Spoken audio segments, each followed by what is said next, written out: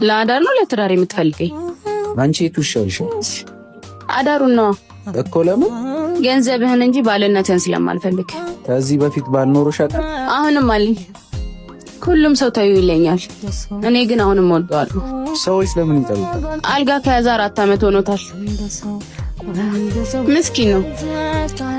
እናቴን አላቅሶ ያቃበረኝ፣ ከብቸኝነቴ የከለለኝ፣ የቀን ስራ ሰርቶ ያስተማረኝ፣ ግን ቀን ጣለው።